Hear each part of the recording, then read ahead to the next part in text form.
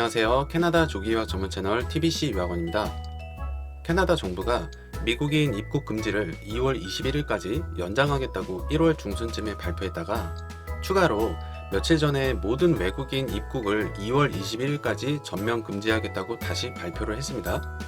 이 말은 캐나다로 조기 유학을 준비하는 부모님의 동반비자도 2월 21일까지 신청이 안 된다는 뜻입니다. 왜냐하면 캐나다는 동반비자가 결국 관광비자를 기반으로 하기 때문인데요. 보통 동반비자라고 따로 있다고 알고 계신데 캐나다는 동반비자라는 게 사실 따로 있는 게 아니라 관광비자를 6개월 이상 길게 받으시는 걸 동반비자라고 부를 뿐입니다. 이민국 사이트에도 비지터 비자는 TRV, 즉 임시거주비자라고 쓰여 있습니다. 이 TRV라는 이민국 전문 용어를 사용하면 어렵게 느껴지실 듯해서 쉽게 설명드리겠습니다. 캐나다는 ETA라는 전자비자가 있습니다. 코로나 이전의 경우를 보면 캐나다에 입국하기 위해서는 ETA라는 비자가 기본적으로 필요합니다. 캐나다로 단순 여행을 하는 경우에는 ETA만 받으시면 되고 ETA 비자를 받고 캐나다에 입국하면 여권에 스탬프로 입국 도장을 찍어주는데 이 스탬프의 유효기간은 최대 6개월입니다. 단순 관광을 하기 위해서는 보통 이렇게 입국을 하면 됩니다. 그런데 조기 유학생을 동반하는 부모님은 6개월만 체류하실 게 아닙니다. 짧게는 1년, 길게는 몇 년을 같이 자녀와 함께 체류하시게 됩니다. ETA만 갖고 입국을 하시면 체류 기간은 자녀의 유학 기간보다 짧게 받을 수 있기 때문에 임시 거주 비자를 신청하는 거죠. 즉, 같은 관광 비자이긴 하나 자녀의 유학을 위해 부모가 6개월 이상 있을 것이다 라는 명분이 생기기 때문에 임시 거주 비자를 신청하면 부모님의 관광 비자를 자녀의 체류 기간만큼 종이로 된 비자로 받게 됩니다. 이 종이로 된 비자를 한국에서는 동반비자라고 부릅니다. 입국 스탬프를 받아서 6개월을 체류하셔도 스탬프 자체가 관광비자인 거고 종이로 받으셨다 해도 똑같이 관광비자인 겁니다. 종이로 받아서 길게 체류가 가능하냐 또는 스탬프로 받아서 6개월 체류 기간을 받느냐 이 차이인 거죠. 스탬프로 6개월 기간을 받고 입국하셨다 해도 캐나다 현지에서 비자 연장 신청을 하면 되고 추후에 똑같이 종이로 연장된 비자 발급을 받게 되고 자녀의 학업이 끝날 때까지 계속 체류가 가능하시기 때문에 차이는 없습니다. 똑같아요. 입국 초기에 스탬프로 받게 되면 자동차 보험 가입하거나 하는 부분들이 조금 불편하실 수는 있겠지만 6개월 스탬프로 관광비자 입국이 되었다고 해서 6개월만 머물고 캐나다를 나와야 하느냐 이런 게 절대 아니기 때문에 중간에 비자 연장을 한 번 더 해야 하는 번거로움만 있을 뿐 스탬프로 받고 입국하시던지 종이로 받고 입국하시던지 연장하면 되니까 결과적으로는 똑같습니다. 관광비자로 6개월 스탬프 받고 입국하셨다고 걱정을 많이 하시는 경우가 있는데요. 절대 걱정하실 부분이 아니라는 점 다시 강조해드립니다.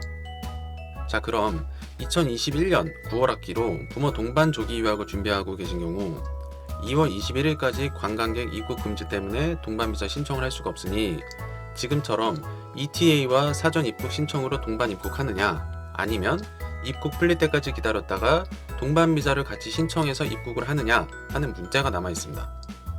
경우의 수를 두 가지로 보겠습니다. 첫 번째, 2월 21일 이후 관광객 입국이 가능해질 경우 캐나다로 관광객 입국이 가능해졌기 때문에 동반비자도 한국에서 신청할 수가 있겠죠. 3월 정도에 자녀의 학생비자와 부모님의 동반비자를 묶어서 같이 진행하면 약 한 달에서 한 달 반 정도면 발급이 완료됩니다. 그렇다면 늦어도 5월 중엔 자녀의 학생비자와 부모님의 동반비자 발급이 완료될 것이고 그럼 6월 달에 항공권 발권 및 집계약 준비해서 7월 달에 짐 싸고 8월 달에 출국해서 9월 학기 준비를 위한 정착을 시작하면 아무 문제 없는 진행이 됩니다. 두 번째, 2월 21일 이후에도 계속 입국을 금지시킬 경우 캐나다 정부에서 코로나 확산을 막고자 3월 달도 입국 금지, 4월 달도 입국 금지, 계속 관광객 입국을 금지시키는 날짜가 뒤로 미뤄진다면 그때까지는 동반비자 신청이 안 된다고 봐야 합니다. 그럼 계속 비자를 접수하지 못하고 있겠죠. 관광객 입국이 풀리길 기다려보는 마지노선은 대략 5월 말 정도까지입니다. 5월 말까지 기다려봤는데 안 풀리면 6월 초에 바로 자녀의 학생 비자만 접수합니다.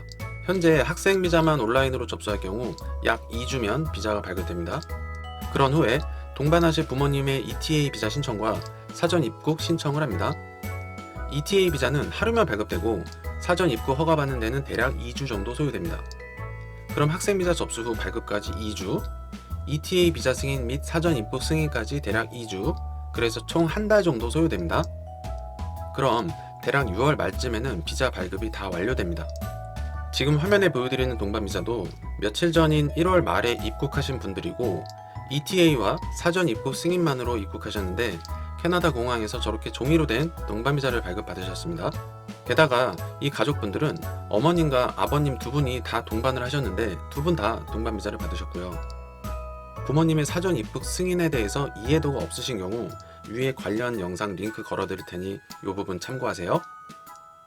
6월 말까지 비자 발급이 다 마무리가 되면 집 구하고 8월 초에 입국하시는 것까지 별 문제가 없습니다. 이 스케줄이 너무 타이트하다고 생각되시면 굳이 5월 말까지 기다리지 않고 4월 말 정도까지 기다렸다가 더 여유롭게 준비하셔도 됩니다. 올해 9월 학기는 대부분의 수업이 대면 수업으로 전환될 것이라는 전문가들의 의견도 많고 캐나다도 지속적으로 백신 투여를 하고 있고 셧다운 들어가면서 확진자 수를 상당수 줄이고 있습니다. 또 코로나 치료제도 개발이 임박한 상태고요. 단정 지을 순 없지만 현 상황에 비추어 보면 9월 학기에는 코로나로 인한 문제들이 많이 해소될 거라고 생각됩니다. 올 9월 학기 동반 유학을 준비하시는 분들께선 말씀드린 비자에 관련된 내용 참고하셔서 차근차근 준비해 나가시길 바라겠습니다. 이해가 안 되시거나 추가적인 질문이 있으시면 언제든 저희한테 연락 주시면 자세하게 설명드리겠습니다. 감사합니다.